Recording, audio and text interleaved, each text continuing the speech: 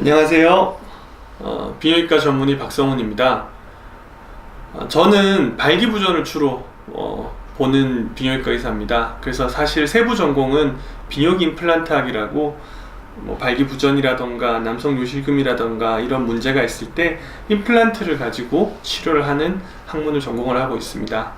진료실에서 이제 발기부전 진료를 이제 환자분들을 많이 뵙다 보면은 질환에 대해서 잘 이렇게 이해를 못 하시거나 혹은 정확하게 이야기를 들어보지 못하셔서 혼란스러워 하시는 분들을 많이 봬요. 그래서 오늘 이 시간에는 이제 발기부전이라는 것이 어떤 질환인가, 그리고 환자에게 미치는 영향이나 의의 이런 것이 어떤가에 대해서 좀 살펴보도록 하겠습니다. 그래서 이제 발기부전의 정확한 의학적 정의부터 살펴볼 필요가 있어요. 발기부전이라 그러면 보통들 어떻게 생각하시냐면, 진료를 보러 오셔놓고는 저한테 난 발기 잘 돼요 이렇게 얘기하십니다. 어떻게 문제세요? 그럼 근데 성관계 하려고 그러면 자꾸 이렇게 시들어 이렇게 얘기하시거든요.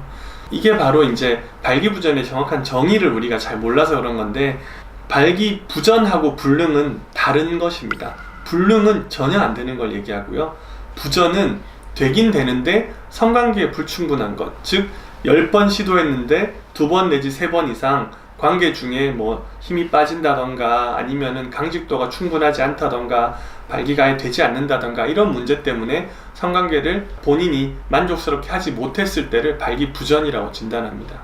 이건 자위하는 거랑 다릅니다. 질환의 정의상 여성과 혹은 파트너와 성관계를 시도했을 때 이제 잘 안 되는 걸 얘기하기 때문에, 가서 이제 잘 안 되면 사실 남자들 기분이 많이 상하잖아요. 근데 그걸 한 2-3번 정도 경험해 보라고 하는 거나 다름없어서 저는 진단 자체가 조금은 잔인하다, 개인적으로는 그렇게 생각을 합니다. 그래서 이렇게 진단 방법 자체가 환자의 경험을 가지고 진단을 하게 된 것은 약간의 역사적인 배경이 있습니다. 예전에는 정신과에서 발기부전 진료를 봤어요. 왜냐하면은 이 발기부전이란 질환 자체를 잘 이해를 하지 못했기 때문에 이것의 원인이 정신질환, 정신적인 스트레스 이런 거에 있다고 봤었기 때문에 그래요. 그래서 이제 예전에는 발기부전의 진단이나 치료를 저희 비뇨기과가 아니고 정신과에서 많이들 했었습니다. 근데 이게 바뀌게 된 결정적인 계기가 비아그라라는 약물의 발견에서 시작됩니다. 비아그라라는 약물은 처음에 폐동맥 고혈압 치료제로 개발됐어요. 근데 써보니까 발기부전도 좋아지더라. 그래서 이게 저는 발견이라는 표현을 쓰는 겁니다. 이 발기부전이라는 것은 결국에 정신질환보다는 동맥의 원인이 있는 경우가 많구나 라는 것이 지금의 저희가 연구를 통해서 알게 된 결과입니다. 그래서 전체 발기부전 환자들 중에 사실 90% 이상이 음경으로 가는 동맥에 문제가 생겨서 말 그대로 혈관 질환 때문에 생기는 경우들입니다. 이제 비아그라 개발된 이후에는 이게 정신질환이 아니기 때문에 우리가 동맥에 대한 치료를 하면 되는구나 라고 생각하기 시작해서 비뇨기과로 점점 이 질환 자체가 진단이나 치료가 넘어오게 됐다 보시면 될 것 같습니다.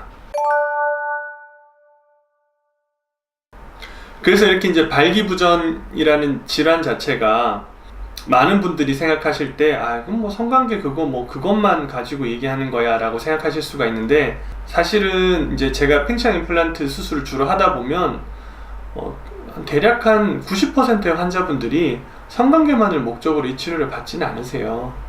거의 대부분은 90%의 환자들은 사실은 내 자신감, 내 자존감, 남자로서의 내 남성성, 그걸 위해서 수술을 받으시는 분들이 대부분이십니다.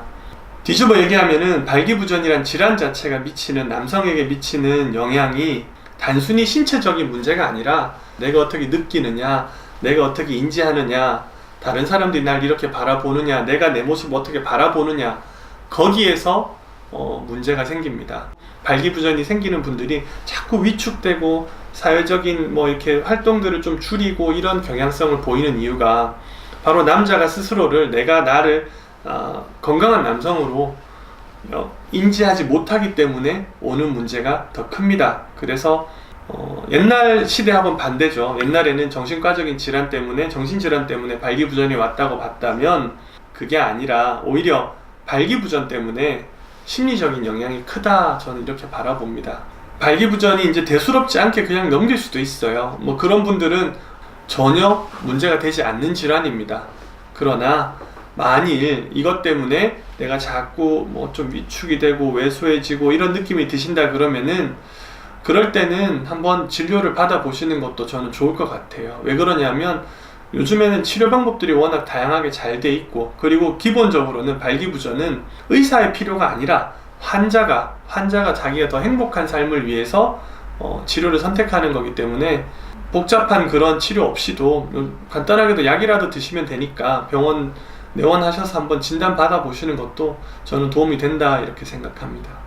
이번에는 이제 발기부전의 진단이나 그 정의, 그리고 이제 환자에게 미친 영향 등에 대해서 알아봤는데요. 차근차근 발기부전에 대해서 좀 더 말씀드리도록 하겠습니다. 환자가 자기 병에 대해서 잘 알아야, 그래야 치료가 가능합니다. 의사가 할 수 있는 게 아니에요. 그래서 질환에 대해서 이렇게 조금 잘 알고 계시면은 좀 더 건강하고 행복한 삶에 도움이 되지 않을까, 저는 그렇게 생각합니다.